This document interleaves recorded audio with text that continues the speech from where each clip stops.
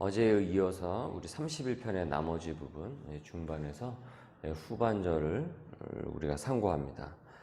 본문 시편은 전쟁의 한가운데서 쓰여진 시편이다라고 했습니다. 급박한 상황에서 시편 기자는 안으로 밖으로 고통을 느낍니다.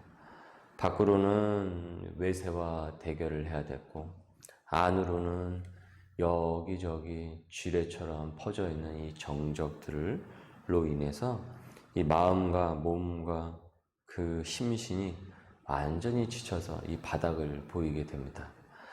9절 여호와여 내가 고통 중에 있사오니 내게 은혜를 베푸소서. 내가 근심 때문에 눈과 영혼과 몸이 쇠하였나이다. 내 일생을 슬픔으로 보내며 나의 연수를 탄식으로 보내며 내 기력이 나의 죄악 때문에 약하여지며 나의 뼈가 쇠하도소이다. 이에 자신의 지금 처지를 어떻게 표현을 했냐면은 이 깨진 그릇으로 표현을 합니다. 깨진 그릇이다. 그릇이 깨져버리면은 뭐 아무짝에도 쓸모가 없죠. 뭐 버려야 되겠죠. 뭐 그릇이 깨진데 그걸 어디에 쓰겠습니까? 그러니까 마치 자신이 그런 깨진 질그릇 같다라고 하고 있습니다.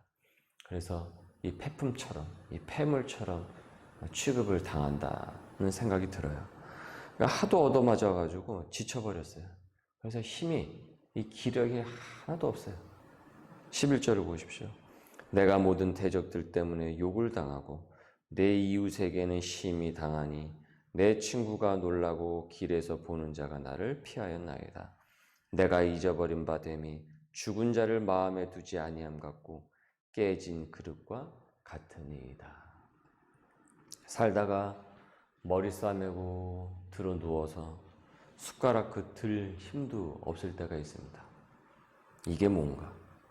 내가 이렇게 살아서 뭔가? 내가 지금까지 뭘 위해서 이렇게 살았나?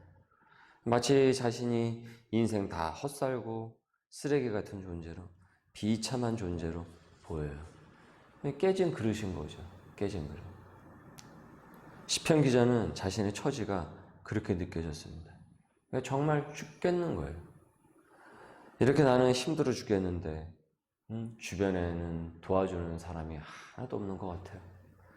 오히려 넘어진 나를 발로 차버려요.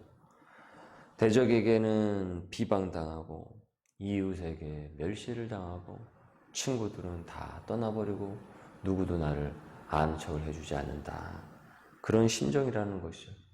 거기다가 원수들은 기회만 있으면은 어떻게든 그냥 죽이지 못해가지고 안달이 난 그런 상황이들 이렇게 달려들고 물어 뜯으려고 하고 있습니다. 보십시오.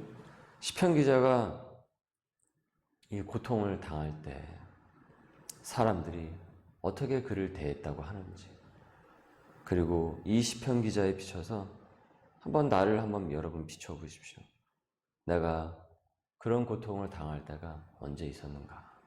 그리고 내가 그런 고통 가운데 있었을 때 내 마음은 어땠으며 또 주변에서는 나를 어떻게, 내가 그렇게 고통 가운데 있을 때 내 주변은 그런 나를 어떻게 대했는가?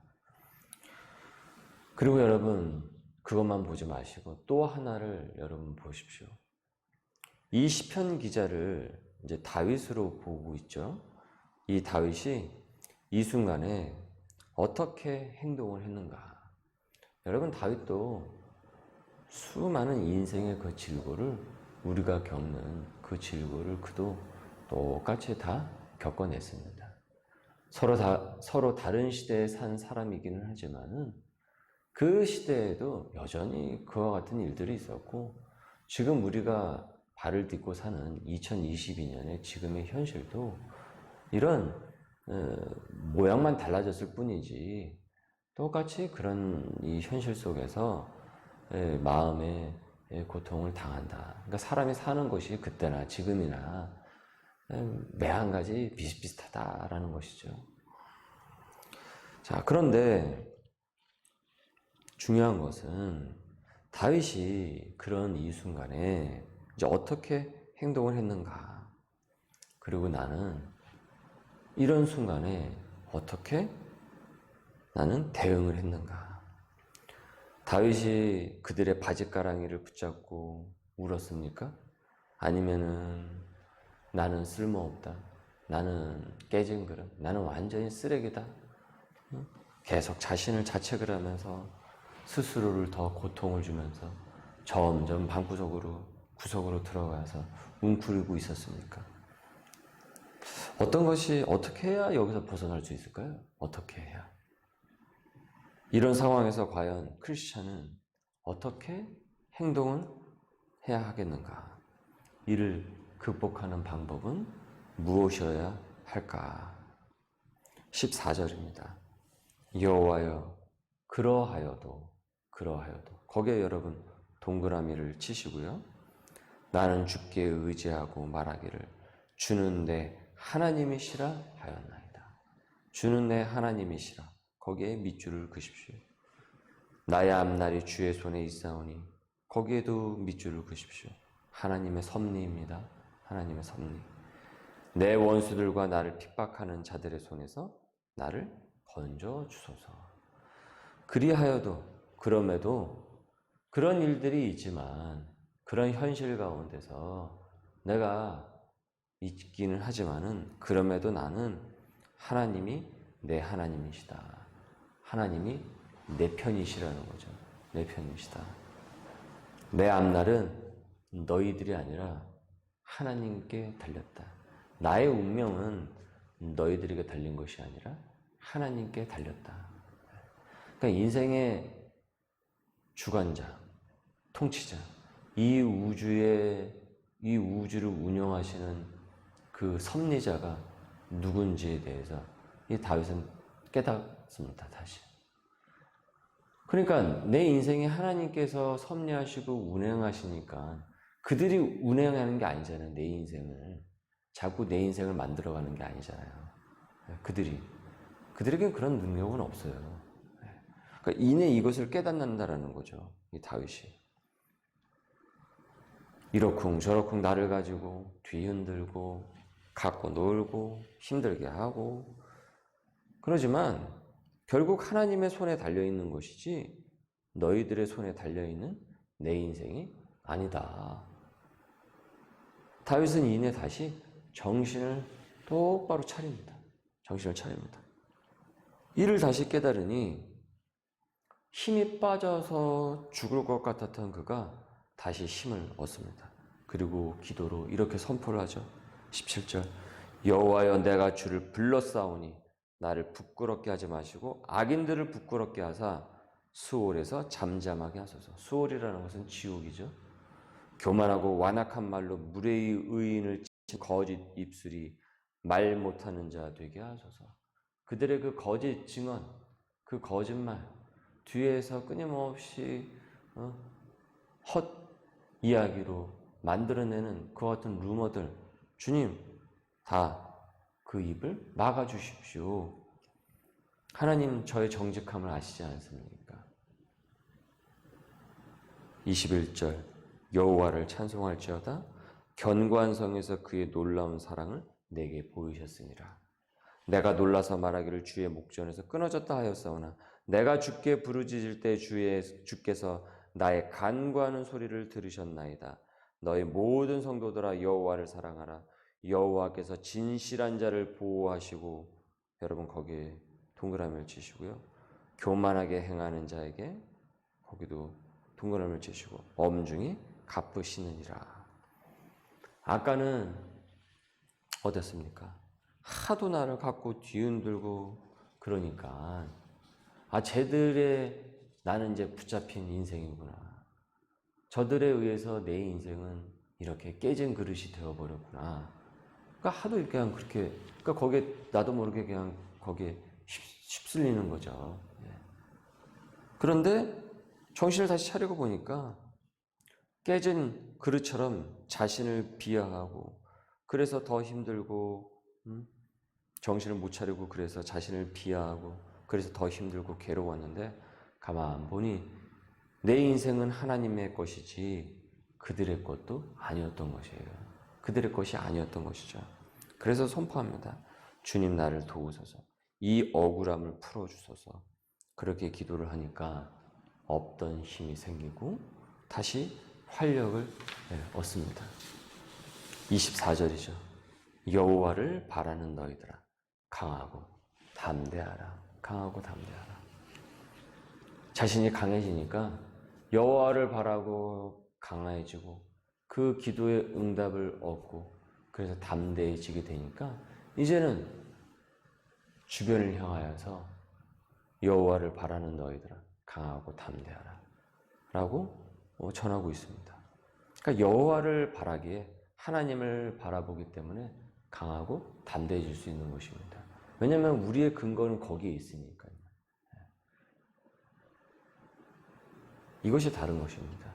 세상의 자기 개발과 이 성경에서 이 기독교에서 바라보고 있는 이 부분이 다른 것입니다. 그들은 자신에게 자꾸 근거를 두고 다른 이에게 근거를 둬요. 그러니까 그것이 흔들리지 않습니까? 어떤 식으로든 흔들릴 수밖에 없거든요. 그러니까 당연히 그 흔들림을 통해서 똑같이 자기도 흔들릴 수밖에 없죠. 그러나 하나님은 흔들리시지 않는단 말이죠. 하나님은 하나님이시기 때문에. 그러니까 하나님께 근거를 두니까 강하고 담대해질 수 있는 것입니다. 여러분 그 근본을 찾으셔야 됩니다. 그 근본이 없기 때문에 자꾸 흔들리게 되는 것입니다. 그 근본이 기본인 것이에요. 기본.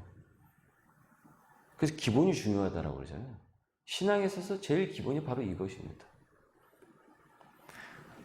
그분을 온전히 인식을 한 시편 기자는 강함과 담대한 마음이 그를 꽉 채웁니다. 깨진 질그릇이었다라고 자기가 생각을 했는데 아니었어요. 너무도 아름다운 걸작품이었습니다. 여러분 백조 보고 미운 오리 새끼라고 이렇게 막 손가락질을 해요. 그렇게 한다고 해도 그 백조가요 미운 오리로 바뀌는 건 아닙니다. 그 백조가 그 손가락질에는 백조를 미운 오리로 변신시킬 수 있는 능력이 없습니다. 그렇죠. 네, 거기에는 아무런 능력이 없습니다. 다만 그 손가락질에 자기가 백조인 것을 잊어버릴 수는 있습니다. 자기가 백조라는 것을 잊어버릴 수 있어요. 아, 나는 미운 오리 새끼구나. 그 동화가 그 얘기를 하고 있는 것 아닙니까? 왜 너가 백조인 것을 깨닫지 못하냐? 왜 미운 오리 새끼라고 너를 생각을 하느냐? 지금 이 시편에서 하는 얘기가 무엇입니까? 깨진 그릇이 아니라는 거예요, 자기가. 나는 깨진 그릇이라고 생각을 했어요. 왜요? 주변에서 계속 그렇게 나를 몰아가니까. 이 정적들이 하나님이 진리를 쫓는 가운데에 어쨌든 사단과 마귀가 나를 계속 그렇게 시험할 것 아닙니까? 사람의 모습으로 오든 아니면 상황의 모습으로 오든 자꾸 나를 흔들어 놓는단 말이에요. 그래서 내가 깨진 그릇처럼 느껴졌다라는 거예요. 이 다른 번역 성경에서 보면은 이 깨진 그릇을 어떻게 표현하고 있냐면 폐품이라고 표현하고 있어요. 폐물. 그러니까 쓰레기라는 거죠, 쓰레기. 자기를 쓰레기처럼 생각을 했다라는 거예요. 자꾸 그러니까. 근데 그게 아니라는 거예요. 이것을 다윗이 이내 깨닫는다는 것입니다. 가만 보니까. 그래서 자신이 하나님의 백성, 하나님의 사실이라는 그 사실이 바뀔 수 없다라는 것이죠. 그들에 의해서 내가 바뀔 수는 없는 거죠. 우리가 이 하나님의 예정, 섭리를 우리 웨스트민스터 신앙고백서에서 우리가 함께 같이 살펴봤죠. 그것이 무엇입니까? 하나님께서 이미 우리를 택하셨다라는 것이죠. 하나님의 백성으로서. 여러분 그 사실이 바뀔 수 있습니까? 없습니까? 없는 거예요. 그러니까 깨진 그릇입니까? 아닙니까? 아닌 거죠. 그들이 아무리 그런 말을 해낸다고 해도 내가 하나님의 걸작품이다. 하나님의 백성이라는 이 사실이 바뀌지 않는다는 것을 깨닫게 됩니다. 그래서 그리하여도 라고 다윗이 고백을 했던 것이죠. 시편 기자가. 하나님을 바라보지 못하고 그들의 소리에 귀를 열 때는 자신이 누군지도 모르고 그들의 말에 휘둘렸지만은 하나님을 바로 바라보니까 자신이 진정 누구인지 깨달은 것입니다. 미운 오리 새끼가 아니에요. 백조였습니다. 여러분, 우린 깨진 그릇이 아닙니다. 하나님의 걸작품입니다. 하나님의 걸작품입니다. 하나님의 손에 붙들린 걸작품입니다. 그런 착시에 말려들지 마십시오. 다른 착시에 말려들지 마십시오. 그래서 우리가 하나님을 바로 바라보는 그 연습과 훈련, 거룩한 습관이 필요한 것입니다. 여러분, 그것이 바로 내가 누구인지, 그리고 내가 어떤 사람으로서 이 땅 가운데서 소명으로 부름을 받았는지 그 소명자로서 정체성이 분명해집니다. 우린 깨진 그릇이 아니라 하나님의 백성, 사명자, 소명자로 부름을 받았습니다. 24절, 여호와를 바라는 너희들아 강하고 담대하라. 우리가 하나님을 바라봐야 살 수가 있습니다. 그래야 살아납니다. 오늘도 주님을 온전히 바라보고 강하고 담대한 하나님의 백성, 걸작품, 소명인으로서 굳건히 서 나갈 수 있기를 주님의 이름으로 소망합니다. 기도합니다. 주님, 하나님을 온전히 바라보지 않아서 깨진 그릇으로 나 스스로를 비하하지 않기를 주님 기도드립니다. 시편 기자가 다시 주님을 바라보며 기운을 차리고 자신이 누구인지 깨닫듯 나의 하나님이라, 나는 하나님의 자녀라, 나는 하나님의 백성이라 담대히 세상에 외치며 기필코 나를 섭리로 이끄실 하나님을 온전히 믿고 살아내는 오늘이 되게 하옵소서. 감사하며 예수님의 이름으로 기도드립니다. 아멘.